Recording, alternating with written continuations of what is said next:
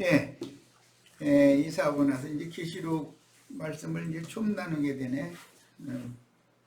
이제 상황이 이러니까 이 상황이 좀 빨리 끝나기를 바라고, 그런데 뭐 쉽게 끝날 것 같지는 않으니까 지금 이대로 이제 해 나가는 수밖에 없죠. 자, 지난번에 해드렸던 자료 오늘 이제 다시 약간의 보충이 필요해서 다시 해드리는 부분이 있으니까 3페이지의 그 중반부부터 들어가도록 하겠습니다. 성경의 천지라는 개념은 모두 그리스도와 교회를 인식하게 하려고 하늘 땅이라고 하는 그리스도와 교회와 연계시켜야 된다 그 말이에요. 물질적인 천지 만물을 표상으로 보여주시고 영계의 새 우주를 설명하는 표상이다. 밖에 있는 물질계의 천지라는 것은 조물주께서 창조하여 운행케 하시는 만물과 만사를 보고 혹 더듬어 조물주를 찾게 하려는 것이다. 천지 만물을 통해서 조물주를 찾게 하려는 것이 하나님의 의도다 그런 말이에요. 모든 사람은 천지 만물의 창조된 창조자의 행사와 또 창조물의 경영되는 이치를 보면서 그 모든 것을 주장하시는 조물주를 찾도록 돼 있다는 거예요. 우주 만물과 만상과 만사들 자체가 그런 거예요. 자, 그리스도와 교회의 관계는 궁창하늘에 있는 별들, 특히 하늘과 지구, 즉 땅의 관계이니 하늘과 땅은 만유의 실제이며 만유에 충만하신 조물주신과 그분의 가정인 교회의 관계이고, 가정으로 말하자면 남편과 아내, 창조자와 피조물의 관계로 말하자면 조물주와 창조 세계의 관계로서 하늘은 하나님께, 땅은 사람에게 응합니다. 관사가 붙은 하늘, 그 하늘, 이제 그 창세기 1장 1절의 천지를 창조하시니라 라고 하는 말씀은 히브리어로는 하라고 하는 관사가 붙어 있어요. 하샤마임은 단수이면서도 짝수, 쌍수라고 하는 그 히브리어는 단수, 쌍수, 복수 이런 개념이 있어요. 인칭 대명사를 사용해도 남성, 여성, 중성이라는 것이 있어요. 이런 것과 같은 그 개념이에요. 하늘도 마찬가지로 단수이면서 쌍수, 그 다음에 또 복수의 개념이 있기 때문에 문장에 따라서 하늘이라는 단어가 나오면 문장에 따라서 단수로도 또는 셋째 하늘 혹은 모든 하늘이라는 복수로도 표기되므로 문맥의 흐름에 따라 유의하여 해석해야 합니다. 창세기 1장 3절 이하의 피조세계를 창조하신 하나님을 말할 때는 보통 신들이라는 뜻으로 해석하는 엘로힘으로 표기되는 복수의 단어로만 이해하나 어미 활용의 문법에 따라서 어미라는 말은 어떤 말의 꼬리라는 뜻으로서 꼬리말 그런 뜻이에요. 마침말이라는 뜻이죠. 어미 활용의 문법에 따라서 유일단수라는 게 히브리어의 문법에 있어요. 유일단수로 해석하는 것과 같다. 창세기 1장에 나오는 모든 엘로힘이라는 용어는 전부 다 복수 개념이 아니고 유일단수 개념이다라는 것을 잘 이해를 해야 됩니다.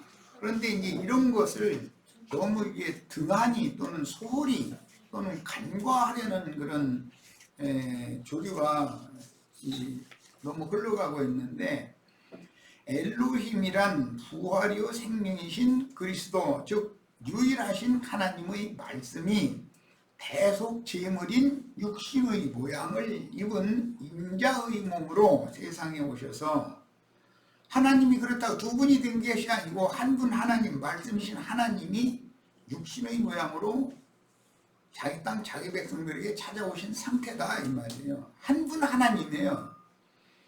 그분의 일하심이죠. 구속을 이룬 후에 살려주는 영으로 참 제자들에게 도적같이 재림하여 임마누엘의 하나님인 그 영이 되셨습니다. 여기 나오는 그라고 하는 용어가 유일난수의 개념이다라는 거예요. 그래서 이것은 이제 나중에 율법에서 설명할 때는 관유를 제조를 하는 법으로 이렇게 설명을 해놨어요. 그래서 여러 가지를 향품을 섞어 가지고서 사람에게 붓는 기름을 만드는 거예요. 그런 과정이 한 분 조물주 말씀이신 하나님이 죄인된 인간 세상에 오셔서 세상 죄를 짊어지고 가는 대속물로 대속을 이루신 후에는 살려주는 영이 되셨는데, 살려주는 영을 그 영이라고 하는 거예요. 그라고 하는 그 용어는 성경에 나는 곧 그다 라고 할 때 사용하는 똑같은 그런 개념에서 온 거예요. 그럼 그런 개념이 어디서 왔는가? 이건 지금부터 이제 설명을 하는 이야기를 잘 들어두셔야 돼요. 그 영으로 재림하신 저를 받은 참 제자들과, 여기 저라는 건 그 영을 말한 거예요. 비밀스럽게 제자들에게만 재림하셨어요. 제자들과 함께 세상 끝날까지 함께 하시되 영을 구속하시고 혼의 구원을 이룬 후에 영의 몸을 입은 온전하게 된 의인의 영으로서 저 세상의 음부와, 거기는 낙원이죠. 음부낙원이요, 부활 생명의 영원한 새 세계에 내려가심으로 영원히 함께 하시는 임마누엘의 하나님, 그 영이란 결국은 임마누엘의 하나님을 의미한다 그 말이에요. 창세기 1장의 히브리어 엘로힘이라는 단어는 시편 82편 6절의 인용인 요한복음 10장 34절 35절에서와 같이 복수로만 이해를 하면 큰 오류를 범한다. 히브리어 민메누는 민이라고 하는 뭐뭇으로부터라는 전치사예요. 그 전치사에 3인칭 단수 남성형 인칭 대명사를 합성해도 민메누가 되고, 민이라는 단어에 공성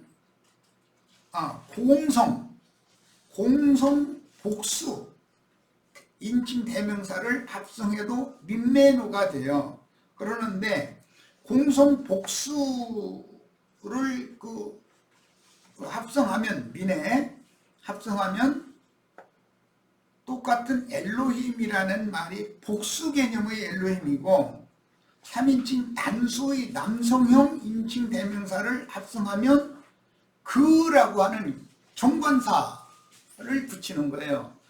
이제 우리 한글로만 성경을 읽던 집제들은 로마교 이런 이렇게 중요한 문제를 이렇게 간과하거나 무시해버리는 그런 경향이 있는 번역본을 한글로 번역한 성경에 이제 익숙해지다 보니까 주는 그리스도시요 살아계신 하나님의 아들이니라 내가 그리스도이다 이렇게만 한글로 번역을 하기 때문에 이게 오해가 일어나는 거예요.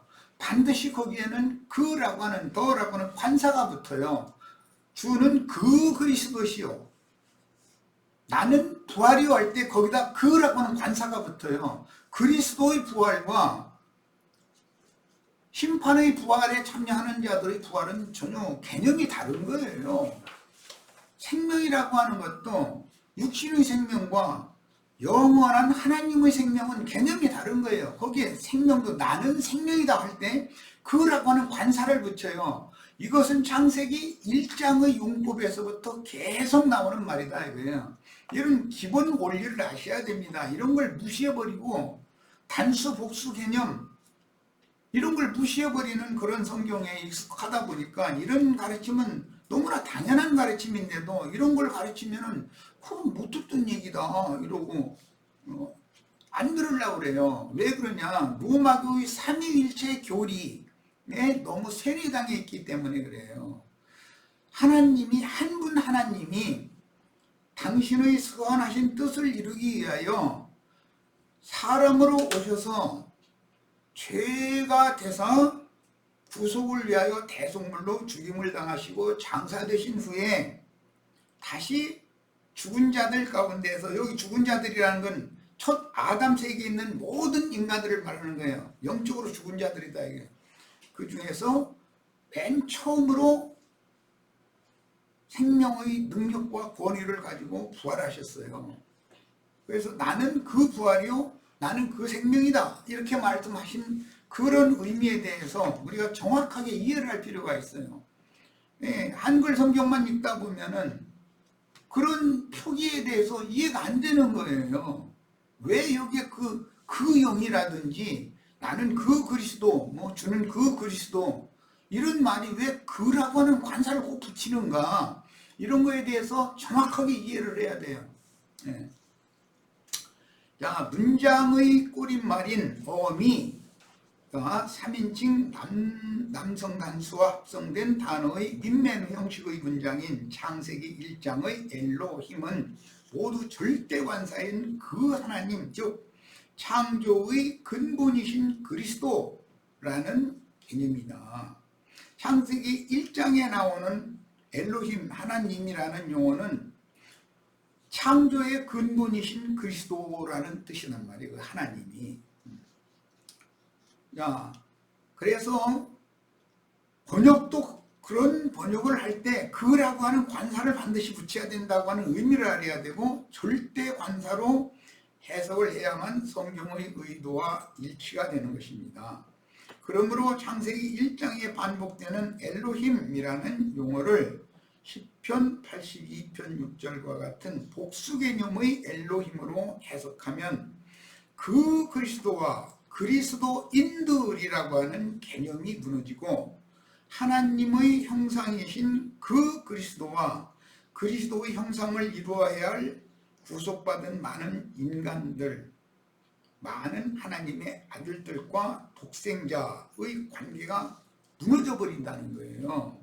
성경의 의도를 여기서 무너뜨리면은 이제 자칭 나는 그러다라는 자들이 많이 일어나게 돼 있어요. 뭐 꼭 이만희, 장길자, 박명호, 뭐 이연래, 전수남이 뭐 등등 이런 사람들만 생각하면 안 돼요. 그렇게 드러나지 않은 많은 나는 그러라라는 사람들이 수없이 많아요. 그런 사람들이 왜 이런 문제를 일으켰는가? 한글 성경만 읽다 보니까 그런 거예요. 정확한 성경의 그 개념을 이해를 못한 거죠. 그 그리스도이고 그 영이에요. 이것을 정확히 하셔야 돼요. 그 부활이고 그 생명이에요. 반드시 관사를 붙이는 거예요. 그럼 어떤 사람이 내가 그다 그렇게 말하면 그는 적그리스도가 되는 거예요. 이게 얼마나 중요한 차이인지를 잘 아셔야 돼요. 시편 43편 10절로 12절, 나 여호와가 말하노라 너희는 나의 증인. 이게 여호와가 하시는 말씀이에요. 그런데 이스라엘 백성들에게 말씀을 개헌해야 되는 이제 종들에게 하는 말씀이죠. 나의 종으로 택함을 입었나니 이는 너희가 나를 알고 믿으며, 여기 알고라고 하는 이 안다라는 것은 기독교식으로 아는 것이 아니에요. 예수는 한 분, 유일하신 한 분의 참 하나님이다라고 알아야 되는 거예요. 그분이 주와 그리스도다라고 아는 거예요. 그래야지 아무나 다 예수 믿는 사람이 뭐 성경줄이나 읽고 뭐 한두 가지 뭐 깨달으면 그가 뭐 엘이 되고 뭐 또 이런 거, 이거는 정말 가당치 않은 거예요. 여호와에 대해서 어떻게 아는 것이 이렇게 중요해요. 그래서 내가 알되 알고 믿으며 그랬는데 뭘 알고 믿어야 내가 그인 줄을 깨닫는 거다. 이런 설명이 되어 있잖아요. 성경 자체가. 여호와는 그다 이거예요. 이 그라고 하는 관사가 왜 나온가를 알아야 된다 이 말이에요. 이런 것을 막 무시해버리고 한글 성경만을 이런 걸 간과해버리는 한글 성경만을 읽고 삼위일체 교리에 세뇌당한 사람들한테는 사실은 이건 너무 당연한 것인데도 이런 걸 가르치면 이상하게 들린다 이거예요. 엄청 이게 너무 힘들게 만들어진 거죠. 진리를 가르치기가. 나의 전에 지음을 받은 신이 없었느니라 나의 후에도 없으리라. 나만이 유일한 참 하나님이다 지금 여호와께서 그것을 알고 믿어야 된다는 거예요. 나 곧 나는 여호와라 나 외에 구원자가 없느니라. 자, 나 외에 구원자가 없느니라. 구약 성경은 여호와인데 여호와라는 말 자체가 구원하시는 하나님이라는 뜻이에요. 그게 예수 그리스도 그 그리스도에 대한 모형이란 말이에요. 구원자는 예수님을 말하는 거잖아요. 내가 알려주었으며 뭘 알려주었어요? 유일하신 참 하나님이라는 사실, 내가 구원자라는 사실을 예수 그리스도께서 알려준다 그 말이에요. 그거 알려주려고 세상에 오신 거잖아요. 그런 거 보고 계시라고 그래요.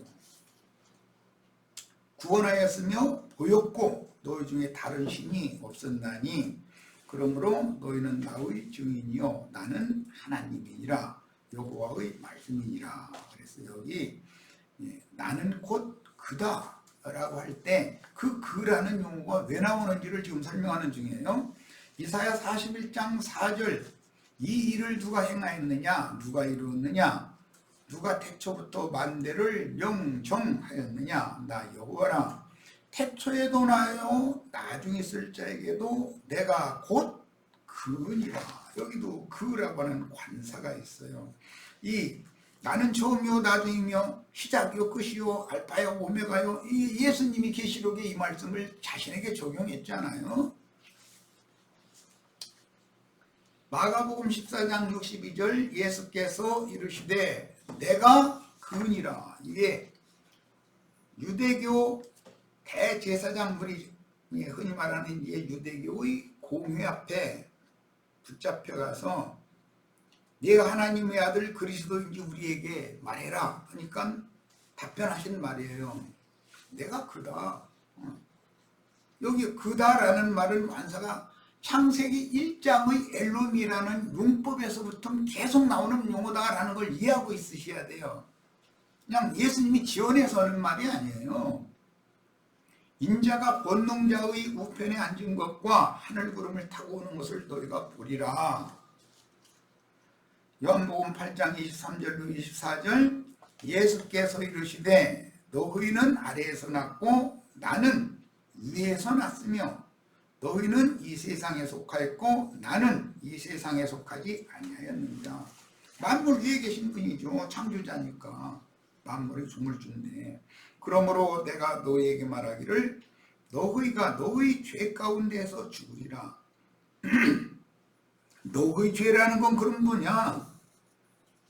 예수 그리스도가 주와 그리스도인 사실 그분이 바로 여호와이며 그분이 유일한 구원자이며 그분이 유일한 참 하나님이라는 사실을 믿지 않아. 그러면 그 죄 가운데 죽는 거예요.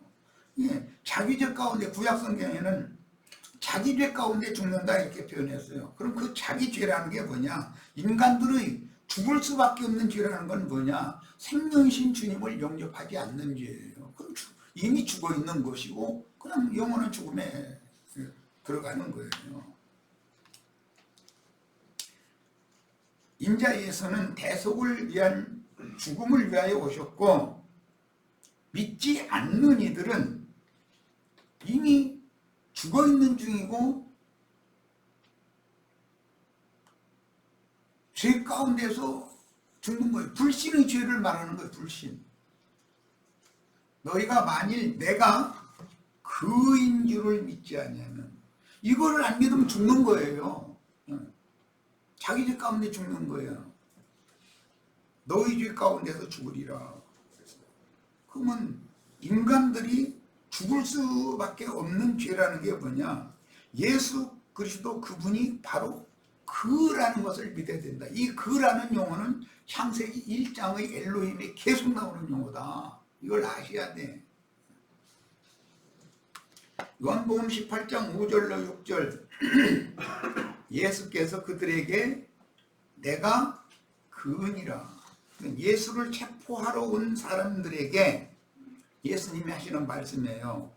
그 체포조에게 기도하시던 동산에 이제 체포조가 왔죠. 그랬는데 예수를 찾는 거예요. 체포할 사람을. 그러니까 예수님이 내가 그은이라 라는 말은 여호와만이 할 수 있는 용어였기 때문에 이 말을 예수님이 그들에게 딱 한 거예요. 검과 뭉치를 가지고 잡으러 온 사람들이에요. 그들에게. 그러니까 너희가 나를 찾거든. 이 말은 메시아로 오신 예수를 잡아서 자신들의 율법으로 정죄해서 죽이려고 지금 체포를 하러 온 사람들 보는 말이에요. 이 사람들이 가는 것은 용납하라. 자기 지지자들은 보내줘라. 내가 대속물로 온 바로 그다. 구약성경이 계속해서 예언한 구원자라는 게 바로 나다. 이 얘기를 한 거거든요. 여기서 말하는 내가 그니라 라고 하는 이 말이 얼마나 중요한 말이면 이 문맥의 흐름에 이제 이어지기를 체포조들이 엎드려서 떨었다고 돼 있어요. 이 말을 정말 참남한 사람으로서 이 말을 한다는 건 너무너무 참남한 말이거든요. 본인을 내가 유일신이다 그 말을 지금 한 말이기 때문에 그래서 막 주님이 내가 그니라 하니까는 체포조들이 저만큼 딱 물러가더니 딱 엎드려가지고 덜덜덜덜 떨었다는 거예요. 이렇게 돼 있어요. 유일하신 참 하나님이신 그 그리스도와 하나님의 많은 아들들인 그리스도인들이라는 문법을 정확하게 이해하지 못하면 자칭 나는 그루다라고 주장하는 적그리스도들이 될 위험성이 많습니다. 오늘날 한국 교회에 이런 일이 한국에만 자칭 내가 하나님이다, 내가 재림 메시아다라는 사람들이 한국에 하면 뭐 수십 명이 된다는 거예요. 그런데 감춰져 있는 사람들도 많거든요. 몇 명씩만 하고서 자기가 뭐인 것처럼 이렇게 하는 사람들이 굉장히 많거든요. 이게 다 원인이 어디서 오느냐? 창세기 1장에 대한 오해 때문에 이렇게 오는 거예요. 마가복음 13장 6절 예수님이 재림 예언을 하실 때 하신 말이에요. 많은 사람이 내 이름으로 와서 이르되 내가 그루라 하여 많은 사람을 미혹해 하리라. 이게 예언이에요. 오늘날 드러난 건 이만희, 장길자, 박명호, 이연매, 천수남이 이 황등 거기 누군가 그 친구 이름도 좀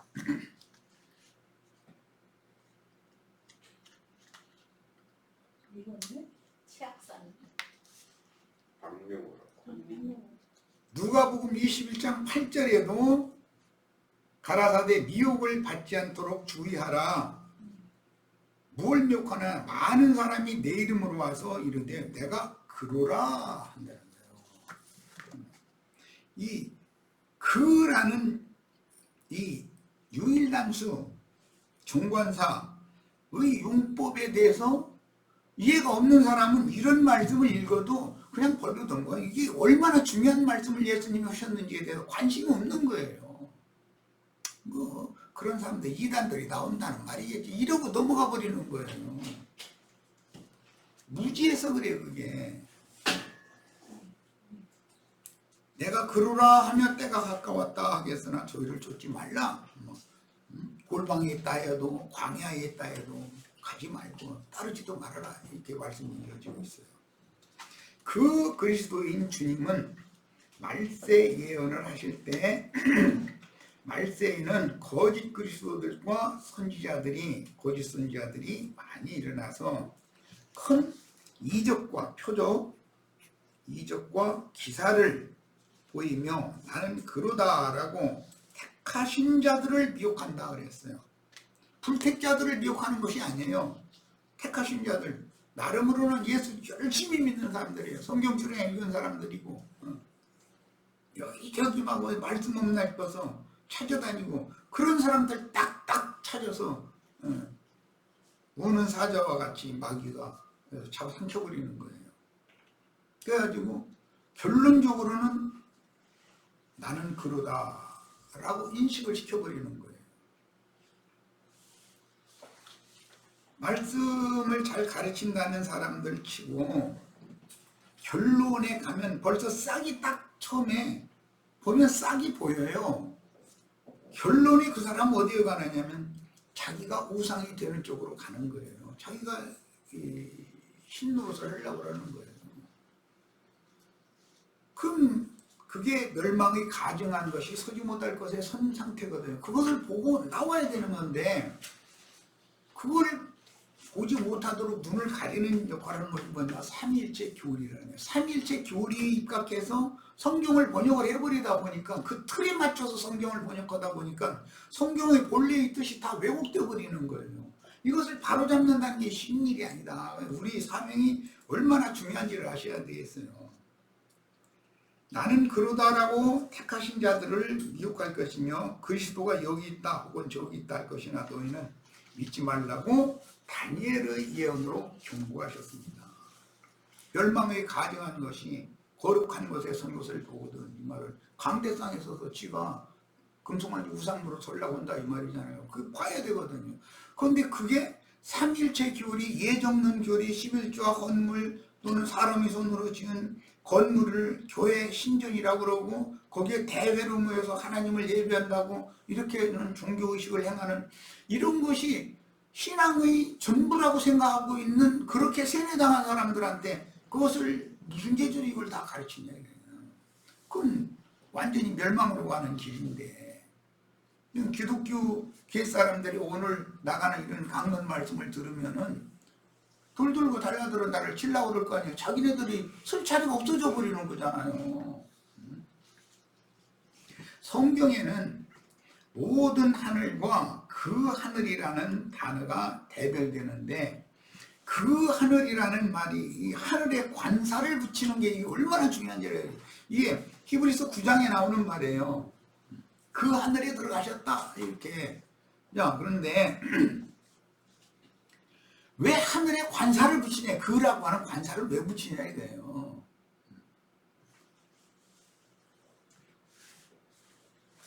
그 하늘은 예수 그리스도의 영이다. 그 다음에 모든 하늘은 그 영을 받아서 죽은 영이 살리심을 받은 모든 제자의 온전케 된 의인의 영들을 말할 때는 모든 하늘이라고 그런다. 주님이 구속을 이룬 후에 모든 하늘 위로 올라오셨다, 승천하셨다 그러는데 어디로 실제로 갔느냐 하면 제자들 속에 들어온 거예요. 제자들의 심령이 참 하늘이신 그 하늘이신 주님과 연합이 되어 있기 때문에 주님은 제자들 안에, 제자들은 주님 안에 서로 연합하는 관계가 단체적인 하늘들이 되는 관계다라는 거예요. 물질적인 천개의 어떤 별무리는 으뜸되는 별을 중심으로 회전하며, 이게 은하계라고 그러죠. 거기 많은 별 무리들이 있어요. 별이 어떤 중심 별을 중심으로 다닥다닥 별이 모여 있고 또 그 옆에 어떤 중심되는 별 중심으로 해서 많은 별들이 다닥다닥 붙어 이게 쭉 있는 이 우주를 은하계라고 그래요. 자, 그러는데 물질적인 이 천개의 어떤 별무리는 으뜸이 되는 별을 중심으로 회전하며 1월 성신의 세계는 곧 그 하늘을 이루고 있으니, 가나안 족속들의 신사상, 다신사상이라는 건 1월 성신을 섬기는 신이잖아요. 그 1월 성신들이라는 게 전부 하나님이 창조한 거잖아요. 창조물에 지나지 않는 거예요. 그래서 피조물을 신의 위치에다 놓고 우상숭배를 하는 것이 가나안 족속들의 신앙이거든요. 모든 별은 궁창 하늘에 거하며, 거기다 두셨죠 그렇게. 하늘은 하나님의 보좌로서 하나님은 하늘의 모든 별과 함께 거하면서 질서정연하게 천체계를 운행하십니다. 이게 이제 빌닷이 욥기에 보면 자세히 설명을 했죠. 그런데 뭐 엊그제 우리 욥기 26장 나눴지만 25장에서는 빌닷이 육의 눈으로 보이는 하늘 세계, 별들의 세계를 너무 적나라하게 설명을 잘하고 있잖아요. 그런데 욥이 그걸 다 듣고 나서 그냥 코웃음 치는 거예요. 육의 눈으로 보이는 그 세계 아는 것 가지고 나한테 이렇게 뽐내려고 그러냐? 나는 보이지 않는 세계도 나는 다 알고 있다. 이래가면서 설명을 해나가는 거예요. 욥이라는 사람이 진짜 대단한 사람이죠.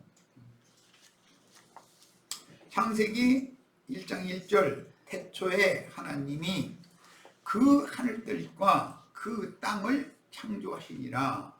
창세기 1장 1절의 천지 하늘과 땅은 그 그리스도의 영과 마음에 대한 표상이다.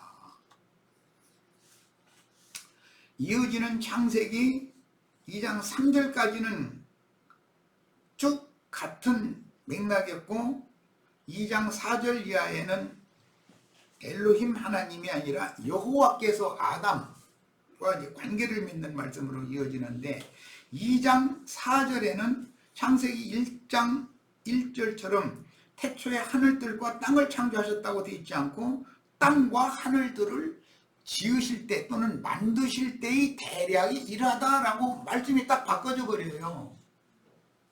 하늘이 앞에 나오는 게 아니라 창세기 2장 4절 이하에서는 땅이 앞에 나와요. 왜 그러면 그런 문제가 나오느냐? 1장 1절에서 하늘들과 땅을 창조하셨지만 1장 2절에서 땅이 공허하며 혼돈하며 하나님이 신은 우수면에 운행하셨다라는 말씀이 그게 어마어마한 비밀을 감추고 있는 문제다 이거예요. 하나님이 하늘들과 땅을 창조하셨고 그것을 거기에 만물과 만상 모든 것들을 있게 하셔가지고 경영하셨는데 그 기간이 얼마인지는 인간이 계산할 수가 없어요. 그것이 그 기간이 얼마다라고 성경에 나와 있지 않으니까 다만 영원 전에 만대 전에 뭐 이런 식으로만 표현이 되어 있으니까 그 인간이 날수로는 계산할 수가 없죠. 그런데 욥기 26장이나 38장이야 이런 데 보면은 아담 세계 이전 세계에 하나님을 거역하고 대적하던 악인들이 있었다는 거예요. 그들을 빛의 천사들을 통해서 싹 쓸어버렸다는 거예요. 그리고 나서 물로 땅을 덮었다는 거예요. 그리고 하나님의 신이 그 땅을 덮은 물 위에 운행하셨어요. 그것은 물을 물러가게 하고 뭇을 드러나게 해서 다시 회복시키겠다는 그런 의도가 거기 감춰져 암시되어 있는 거예요. 야, 이런 창세기에 나오는 비밀을 너무 기독교계가 오해하고 왜곡해가지고 창세기 1장 1절의 불완전한 창조를 그냥 계속 쭉 계시록까지 창조해 나가고 있는 중이다. 이런 식으로 지금 보고 있다는 거예요. 그렇지가 않아요. 그렇지 않은 거예요.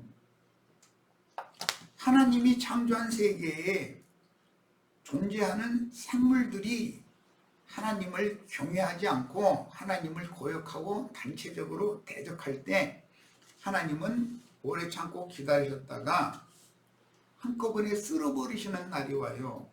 그때에는 구원 얻을 자들이 남아요.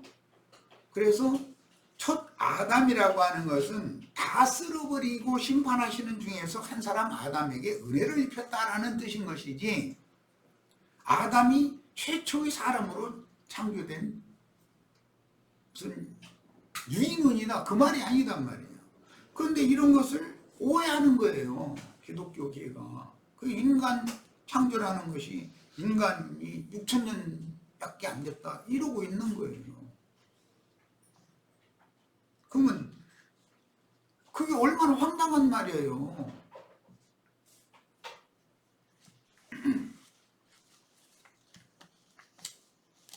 훗날 노아의 때에도 오래 참고 기다리셨다가 온 땅에 대적하는 자들을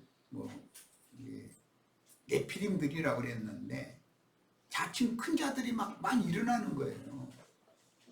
그래가지고 하나님과 비기려고 하는 거예요. 다 자꾸 하나님의 보좌에 앉으려고 그러고 이것들을 쓸어버리는 거예요. 그런데 한 사람은 노아에게 은혜를 입혀서 노아가 그 가족을 구원한 얘기가 나와요. 항상 이렇게 해요. 먼 훗날 아브람, 하란성과 나홀성, 그 아브람 계보각의 조상이 이제 셈족인데 그 중에서 하란 성주의 신분이었던 하란의 아들이 데라인데 데라의 아들이 아브람이고 데라가 단체적으로 하나님을 대적하는 종교 의식을 행하는 바벨에 내려가서 무상장사를 했다 그랬는데 사실은 오늘날로 말하자면 세상교회의 목사 노릇을 했다 그 말이에요. 거기에서 한 사람 아브람을 불러낸 거예요. 이것이 계시록에 가서는 큰 성 바벨론에서 자기 백성 불러내는 얘기인 거예요.